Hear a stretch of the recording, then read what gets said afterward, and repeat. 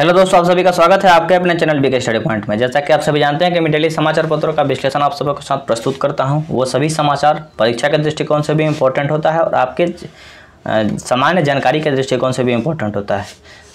जो समाचार बनता है उस समाचार के इर्द गिर्द जो भी बातें हो सकती है मैं उन सभी बातों को करने का प्रयास करता हूं। तो आइए शुरू करते हैं। सबसे पहली न्यूज़ क्या है कि दुनिया में देश का नाम रोशन कर रही बेटियां समाज के लिए बन रही प्रेरणा का स्रोत। पड़ोसी का वाईफाई हैक करते करते आदिति बनी एथिकल हैकर। माइक्रोसॉफ्ट में बग, एक शब्द होगा यहाँ पे बग, हम लोग जानेंगे कि बग क्या होता है, कि पहचान करने के लिए मिले 22 लाख का इनाम। मैं आपको बता दूं कि कंप्यूटर से संबंधित जो भी गलतियां होती हैं ना उसको बग बोला जाता है। जो भी गलती होती है उसको हम लोग बग बोलते हैं। तो ये बग को खोजने की काम की, बग को पहचानने का काम की आदिति। तो आदिति नाम है इनका। तो आइए पूरी तरह से इनके बारे में समझते हैं। दिल्ली की रहने वाली आदिति सिंह, जिनकी उम्र 20 साल है, माइक्रोसॉफ्ट की ओर से एक बग की पहचान करने के लिए 22 लाख रुपये का इनाम दिया। माइक्रोसॉफ्ट का एक बग बोले तो बग, कंप्यूटर में गड़बड़ी को बग बोला जाता है। 22 लाख रुपये का इनाम दिए। करीब 2 साल से एथिकल हैकर के रूप में तौर पे काम कर रही है। आदिति ने माइक्रोसॉफ्ट एज्योर क्लाउड में एक बग की पहचान की। इसके जरिए कोई भी साइबर हैकर कंपनी के इंटरनल सिस्टम में पहुंचकर महत्वपूर्ण जानकारी चोरी कर सकता है। आदिति को हैकिंग की लत कोटा में मेडिकल एग्जाम नीट की तैयारी करने के दौरान लग गई। आदिति ने बताया कि सबसे पहले उन्होंने अपने पड़ोसी की वाईफाई का पासवर्ड हैक किया था।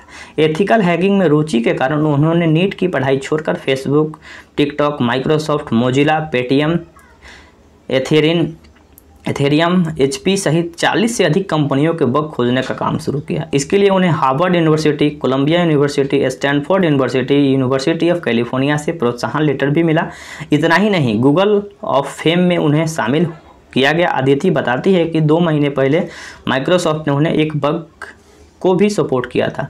यहाँ पे देख सकते हैं कब कब इनको बहुत सारी पुरस्कार मिले गए। गूगल हॉल ऑफ फेम में भी आदिति को शामिल किया गया। 2 महीना पहले फेसबुक की ओर से भी इनाम के तौर पे उन्हें 5.5 लाख रुपए दी गई थी। टिकटॉक से उन्हें करीब 80,000 रुपये मिल चुका है इनाम के तौर पर। हैकिंग टूल खरीदने और कोर्स में खर्च कर देते इनाम के सारे पैसे। आपको बता दें कि आदिति को इनाम का जितना पैसा मिलता है वो और अपने आप को और मतलब कि बेहतर करने का प्रयास करती है और जो भी टूल्स होता है खरीदने का काम करती है और कोर्स खरीदने का काम करती है। आगे न्यूज़ क्या है देखते हैं कि मॉडर्ना की कोरोना वैक्सीन को आपातकाल उपयोग के लिए दी गई मंजूरी। जिससे आपको भारत में बता दें कि भारत में तीन वैक्सीन की मंजूरी मिल चुकी है। पहला जो कोविशील्ड है जो कि भारत सीरम इंस्टीट्यूट के द्वारा बनाई गई थी। दूसरा कोवैक्सीन जो कि भारत बायोटेक कंपनी के द्वारा बनाई गई थी।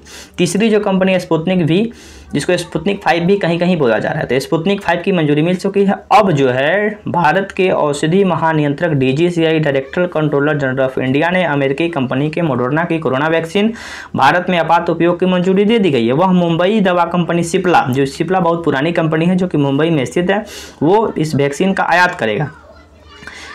आपको बता दें कि पहले कोविशील्ड, कोवैक्सीन और स्पुतनिक वी की मंजूरी मिल चुकी है। केंद्रीय स्वास्थ्य मंत्रालय ने मंगलवार को यह जानकारी दी। DGCI ने ड्रग्स एवं कॉस्मेटिक्स एक्ट, यहाँ पे एक एक्ट है जिस एक्ट के अंतर्गत इन सबको मंजूरी दी जाती है।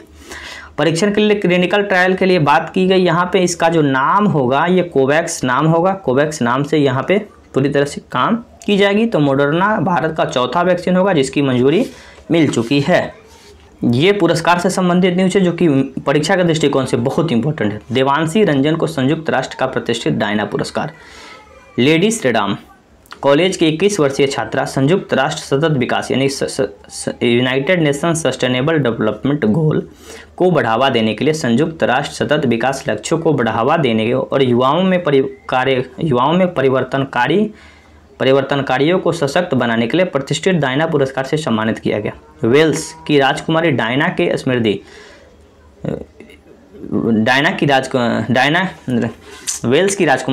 की स्मृति में दिए जाने वाले इस पुरस्कार को किसी युवा व्यक्ति के सामाजिक कार्यों और मानवीय प्रयासों के लिए दिया जाने वाला सर्वोच्च सम्मान होता है। तो इनका पूरा नाम याद रखना होगा कि इनका पूरा नाम देवांशी रंजन, जिनको संयुक्त राष्ट्र के प्रतिष्ठित डायना पुरस्कार से सम्मानित किया गया। ये न्यूज़ है कि एक देश एक राशन कार्ड 31 जुलाई तक करे लागू। सुप्रीम कोर्ट का कहना है कि one nation one ration card की जो एक स्कीम है 31 जुलाई तक पूरी तरह से आप लोग काम कर सकते हैं। दूसरी न्यूज़ क्या है कि SBI प्रति माह 4 निकासी फ्री, इसके बाद लगेगा शुल्क। SBI में 4 निकासी 4 बार पैसा निकालेंगे तो आपको फ्री में निकलेगा, 4 बार से ज़्यादा अगर पैसा निकालते हैं तो उसका चार्ज आपको लगेगा।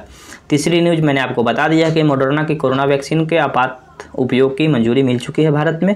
तो ये तीनों न्यूज़ का विश्लेषण, दो न्यूज़ का, इस न्यूज़ का तो विश्लेषण मैंने आपको कर दिया है, आगे न्यूज़ का विश्लेषण आप सबको साथ करता हूँ। ये जो है 1 जुलाई जो कि राष्ट्रीय नेशनल डॉक्टर्स डे मनाया जाता है।